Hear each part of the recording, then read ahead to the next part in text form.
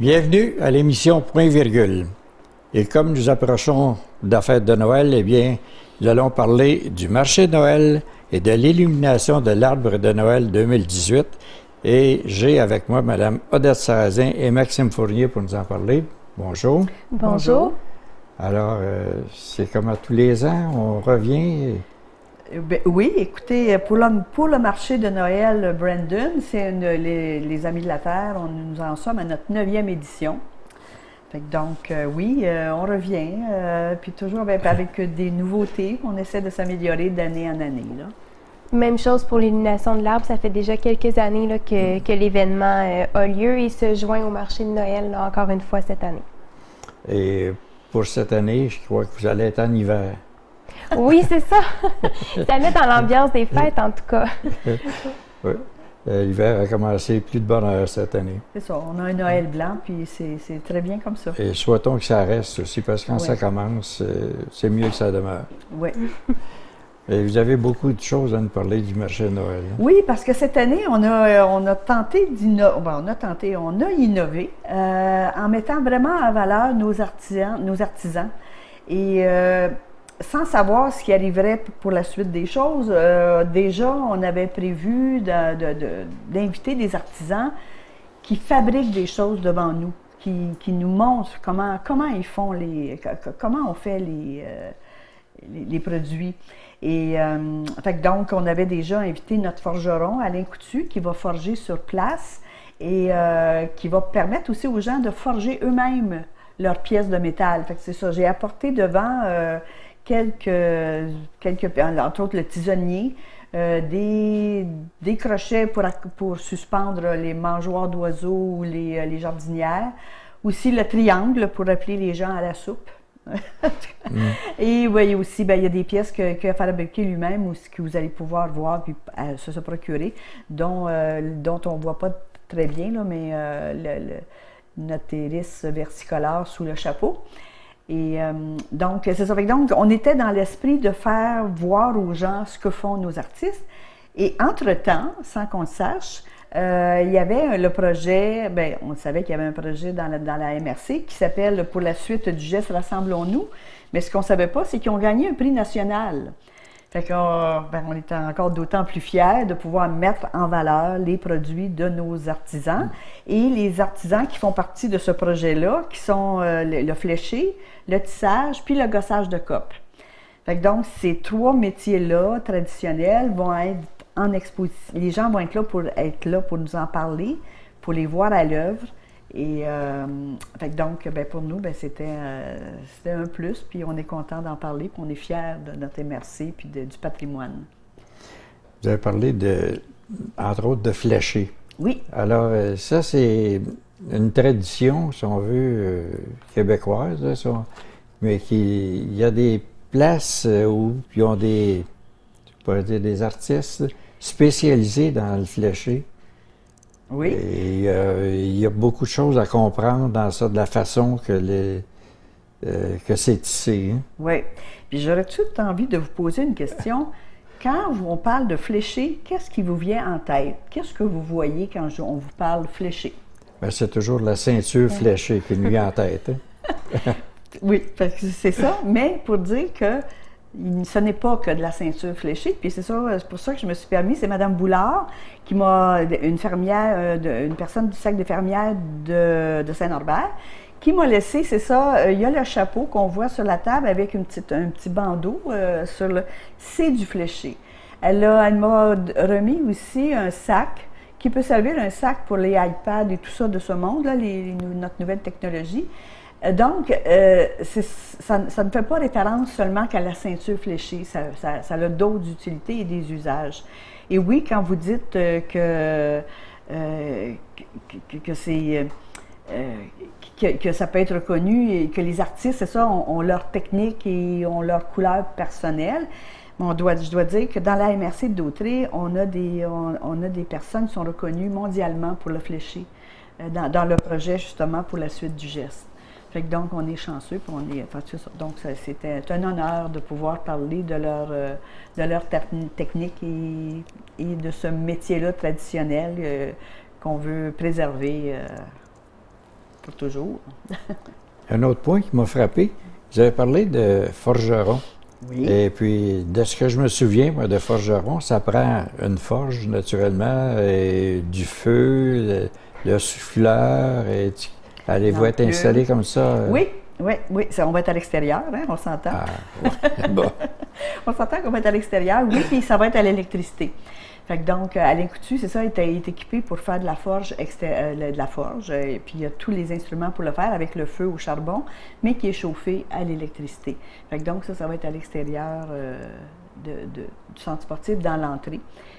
Déjà, hier, je suis allée voir pour l'installation électrique et tout ça, puis tout est sous contrôle. Fait qu'on nous allons voir le forgeron avec nous au marché de Noël. Et ça va rappeler des souvenirs à bien des gens. Oui, puis d'autant plus que de permettre de faire nous-mêmes notre pièce, ça l'a aussi, en tout cas, j'espère que ça va susciter l'intérêt. En tout cas, pour moi, ça le suscite déjà. Puis quand j'en parle autour, je pense qu'on va avoir des gens qui vont vouloir expérimenter cette technique de forge. Il y a plusieurs choses qui vont avoir lieu aussi après à l'extérieur. Hein. On en reparlera un peu dans la deuxième partie, mais quand on parle d'arbre de Noël, là, c'est... Oui, l'illumination de l'arbre de Noël, ça va avoir lieu le samedi, donc le 8 décembre, tout de suite après le marché de Noël, puis toutes ces activités-là vont être à l'extérieur, mais au centre sportif aussi, donc tout juste à côté. Il y a beaucoup d'autres choses que vous voulez nous parler des artisans. Bien, il y a des artisans. On va avoir des artisans du marché Brandon avec leurs produits et tout ça. Mais on a aussi Pierre Lucier, qui est un tourneur sur bois avec son équipe. M. Marca, qui est chantourneur avec une personne qui fait, Madame Frère, qui va faire la peinture. J'ai apporté des pièces, c'est ça qu'on peut voir là devant. Et tous les profits de ces ventes-là, comme les casse-têtes là, avec le chantourneur, tous les profits vont être versés au CHSLD d'Ézy. Fait que donc, c'est faire un cadeau, faire des cadeaux, mais en plus qu'il y aura une valeur de soutien à un organisme de chez nous, là, qui est le CHSLD. On a le gossage de cas, puis ça, je pense qu'on ne peut pas passer à côté, avec Jean-Louis Roy, qui va être là le dimanche. Et on peut voir de ces pièces sculptées. Anciennement, c'était les tasses que les gens traînaient à leur ceinture pour pouvoir prendre de l'eau dans le canot. Et puis Jean-Louis Roy, ben, c'est un personnage en soi, c'est un historien qui a fait les clubs des clubs des Américains ici au nord de Mandeville et qui les a accompagnés et tout ça, qui a fait du trapage et c'est un homme, c'est ça, intarissable et qu'on peut écouter des heures et des heures. Fait que donc lui, il est là dimanche. Il y a Mme Boulard qui va être là aussi avec son fléché pour nous parler du fléché. On va avoir Mme Masque, on va avoir la savonnière qui va nous faire du savon sur place. Fait qu'on va voir les techniques, comment fabriquer du savon.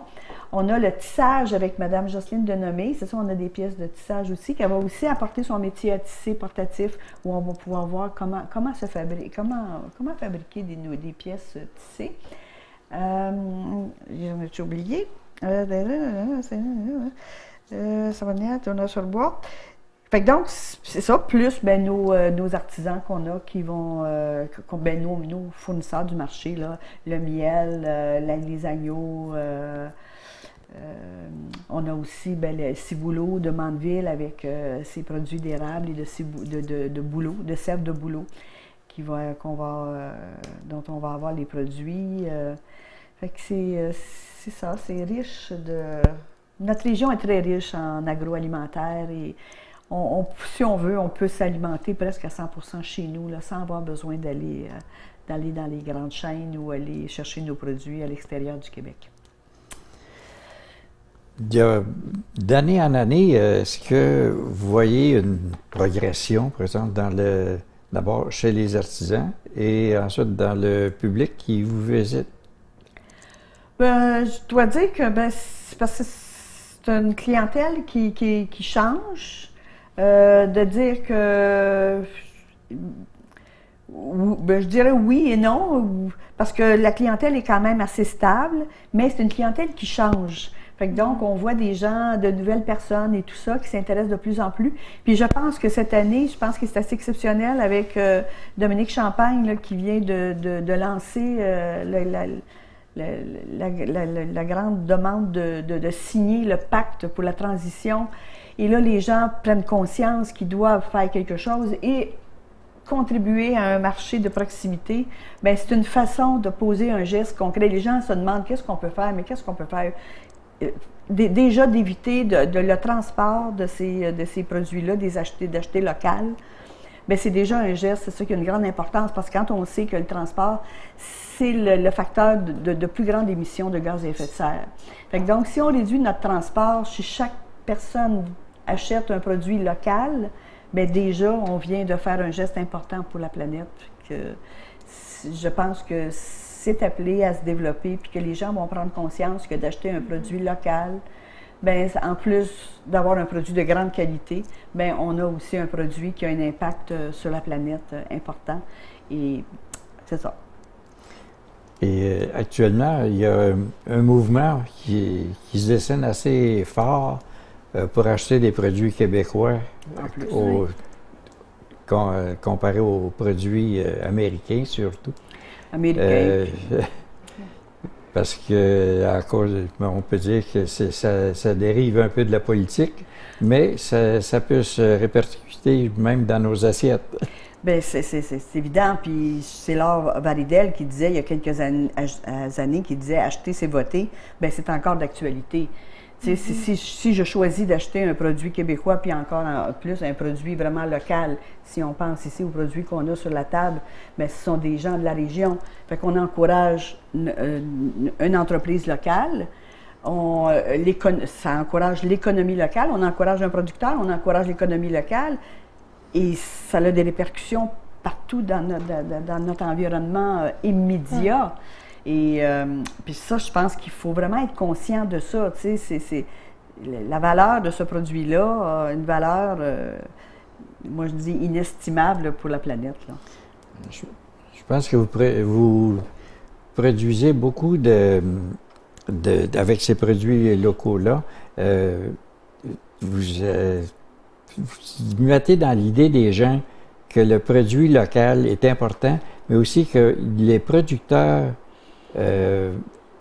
sont plus informés pour produire localement et être capables de vendre leurs produits.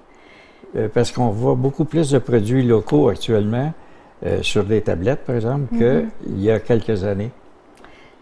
Je pense pas nécessairement que, tu me corrigeras si c'est pas le cas, mais je pense pas nécessairement que ce soit le nombre d'artisans qui a augmenté, mais juste le fait que les gens, je l'espère en tout cas, soient un peu plus sensibilisés à l'impact que ça a d'acheter local ou pas.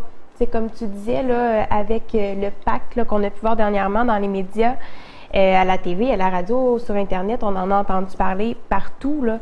Donc, les gens commencent à être de plus en plus sensibilisés à l'impact de leur choix, là, en fait. Là. Puis le choix qu'on fait, c'est ça, comme acheter une pièce d'un artisan, puis c'est que cette pièce-là, elle se transmet de génération en génération.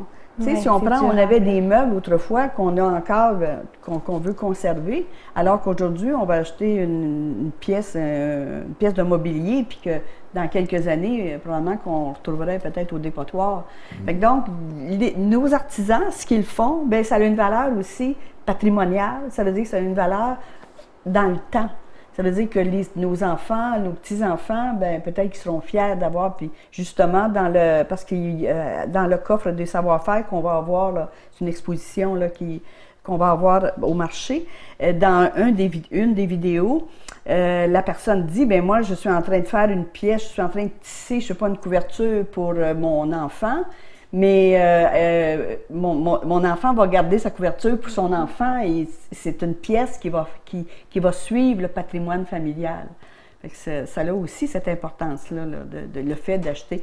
Oui, les gens nous parlent toujours que c'est plus cher, bien, souvent que c'est plus cher, mais quand on y pense, ça dure dans le temps, ben, ça devient moins cher à la longue. Là. Madame Sarrazin, est-ce qu'il y a encore d'autres choses que vous voulez compléter? Oui, bien, j'ai oublié de parler, c'est ça, de la Chambre de commerce de Brandon qui depuis quelques années, prépare un quiz pour parler des événements qui s'est passés durant l'année 2018. Et là, on demande aux gens, c'est ça, il y a des choix multiples. Puis ça nous permet de parler, c'est ça, des réalisations qui s'est passées dans Brandon pendant l'été, pendant la saison, pendant l'année 2018. Fait que donc, ce quiz-là est organisé par la Chambre de commerce. Fait que donc, on va avoir aussi la Chambre de commerce. Et toutes ces... ce quiz-là, les gens mettent leur nom dans une boîte pour un tirage qui a lieu le dimanche après-midi. Fait que donc, puis les marchands, les marchands, les commerçants de Saint-Gabriel, donnent souvent un certificat cadeau aussi puis tous nos artisans qui sont présents sur place, la trentaine d'exposants que nous avons, donnent aussi un produit pour mettre dans les boîtes cadeaux. Fait que donc, on a des beaux paniers, on en fait 5 ou 6, tout dépendant. Des fois, des choses qui nous arrivent à la fin, les gens vont dire, moi, je vais rajouter quelque chose. En tout cas, on fait au moins 5 tirages de paniers cadeaux pendant cette fin de semaine-là, le dimanche après-midi.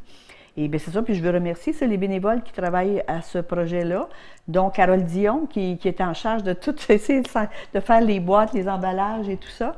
Et Louise Baudry aussi, là, ce sont nos deux fidèles, Carole et Louise, là, pour l'organisation de tout cet événement-là. Donc, c'est ce que j'avais oublié. Mais si on continue pour l'après-midi, parce que le samedi après-midi, c'est quand même spécial. Parce que samedi après-midi, il y a le Père Noël qui arrive du Grand Nord. Fait que donc, on a le Père Noël qui nous arrive en après-midi. Et puis avec le coin des enfants, c'est ça, avec Cible Famille Brandon, c'est ça qui s'occupe du coin des enfants et tout ça. Fait que les enfants peuvent écrire au Père Noël directement. On a la boîte aux lettres sur le site. Les enfants peuvent écrire, ou les jeunes, moins jeunes, tout le monde peut écrire. Et puis il y a aussi le concours de dessin. Fait que ça aussi, ça donne la possibilité de gagner quelque chose à la fin de Et Luc Ferland, qui est un bénévole aussi à cette occasion-là, il prend des photos. Fait que donc, les parents qui viennent avec leurs enfants puis qui veulent avoir des photos, les photos sont offertes gratuitement. Il s'agit de laisser vos coordonnées, puis on vous envoie ça.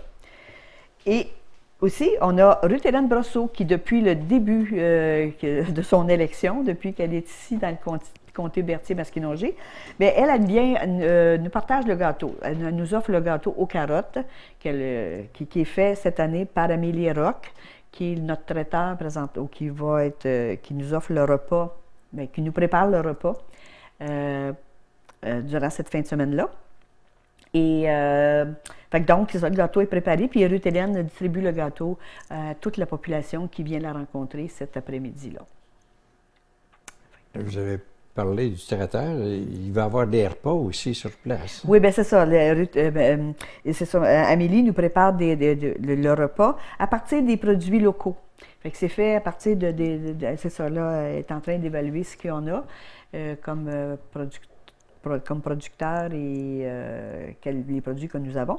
Et elle va nous préparer les repas du samedi et du dimanche sur place. On peut manger sur place.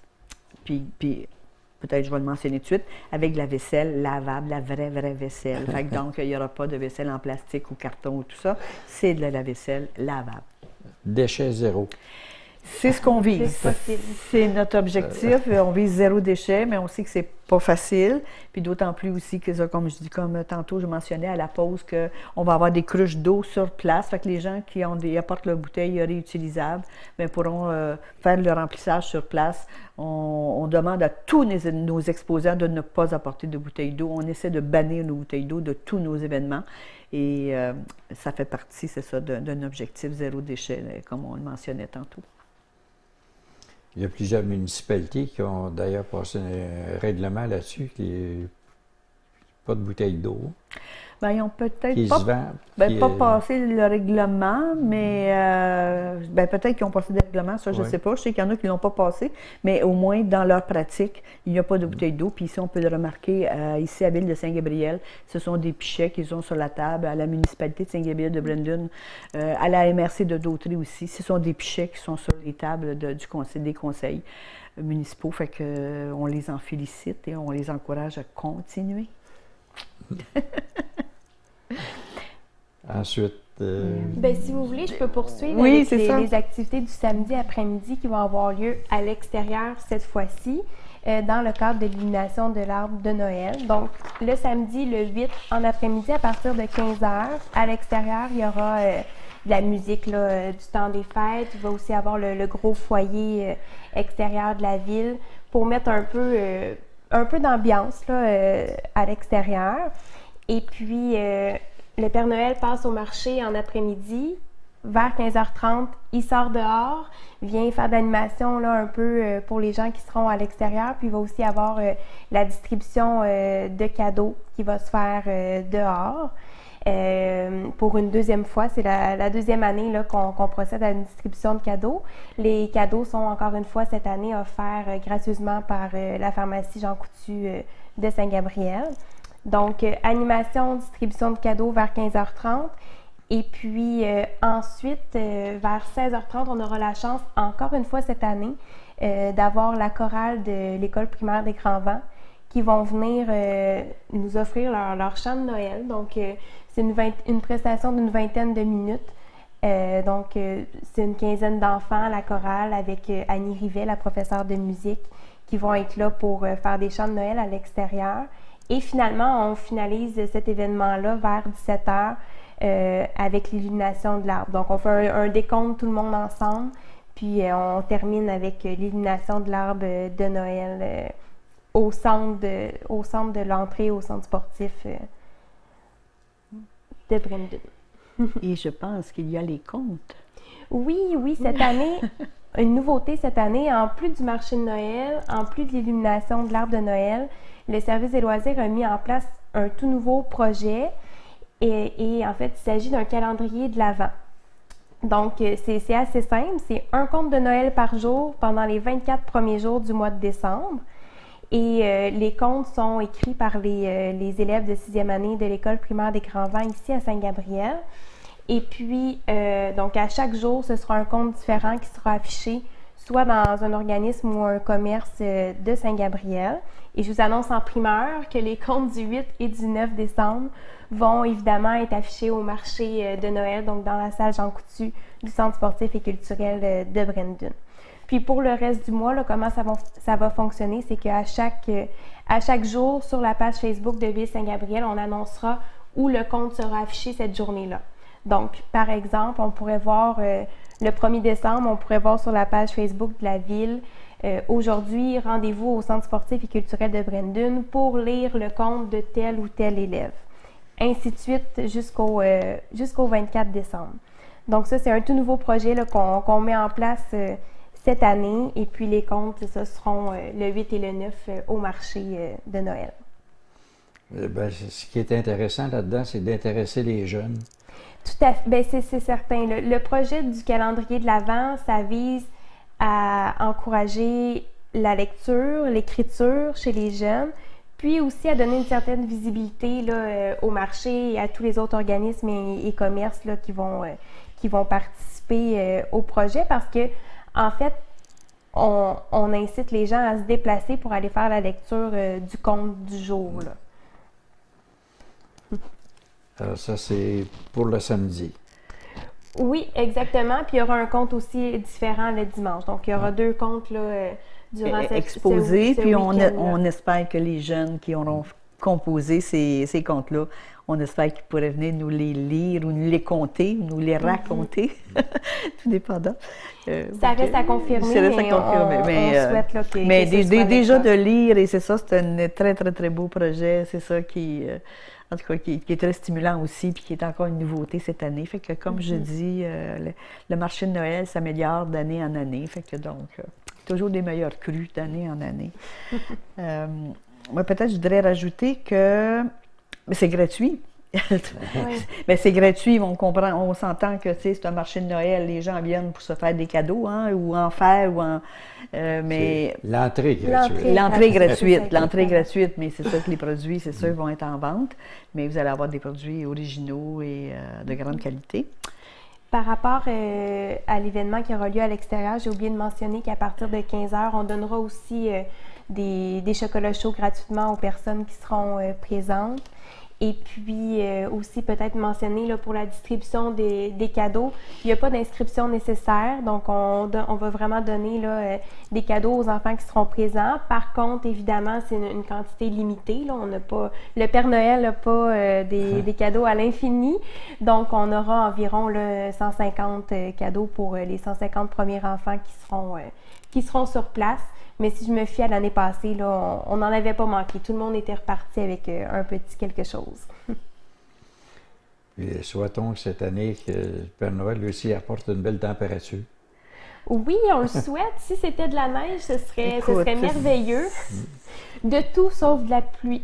Oui, c'est ça. On espère juste. Mais c'est ça. Avec les changements climatiques, on peut s'attendre à tout. Oui. Mais si on travaille fort pour maintenir un climat agréable et tout ça, si le monde achète local, si on fait attention de diminuer nos déchets et tout ça, on devrait avoir le plus beau climat là, pour Noël, pour le 8 et le 9 décembre. En même temps, il va y avoir un tournoi de hockey, on peut en parler, parce que les gens de l'extérieur qui vont être au tournoi de hockey peuvent aller faire un tour au marché de Noël, comme les personnes qui vont être au marché de Noël peuvent aller faire un petit tour aussi à l'aréna au hockey, pour leur donner le goût du hockey, parce que Saint-Gabriel est réellement une ville de hockey, à partir des tout-petits, aller aux juniors et aux seniors. Tout à fait. Il faut dire que tout ça, là, toutes ces belles activités-là se trouvent vraiment au même endroit durant toute la fin de semaine. Donc, le centre sportif, c'est vraiment une belle infrastructure qu'on a la chance d'avoir dans notre milieu. Puis ça regroupe plusieurs plateaux différents. Donc, d'un côté, dans la salle Jean Coutu, on aura le marché de Noël pendant les 2 jours, donc le samedi et le dimanche. Et puis de l'autre côté, dans l'Arena Family Prix, il y a le tournoi de hockey puis oui Bantam durant tout le week-end. Donc ça l'amène beaucoup de gens de l'extérieur, comme vous l'avez mentionné. Puis ça fait quelques années là, que les 2 événements ont lieu au même moment. Donc souvent, les gens qui participent au tournoi de hockey ont la chance d'aller faire un tour au marché là, pour voir ce que nos artisans ont à offrir cette année. Ça, puis moi, je voudrais pas quitter l'émission sans parler de la collaboration qu'on a avec le centre sportif et culturel Brandon, avec Cible Famille Brandon, avec le service des loisirs et avec la MRC de Dautrey, avec le projet là, par le geste... Pour la suite du geste, rassemblons-nous, c'est un projet de la MRC de Dautrey. Fait que donc, d'avoir leur participation à notre marché, on en est très fiers. Puis je voudrais aussi souligner les partenaires, parce qu'on est chanceux d'avoir des gens qui nous soutiennent financièrement. Donc, la municipalité de Saint-Gabriel de Brandon, la ville de Saint-Gabriel et Ruth-Hélène Brosseau, députée de Berthier-Masquinongé, qui devrait vous envoyer une publicité dans vos boîtes aux lettres.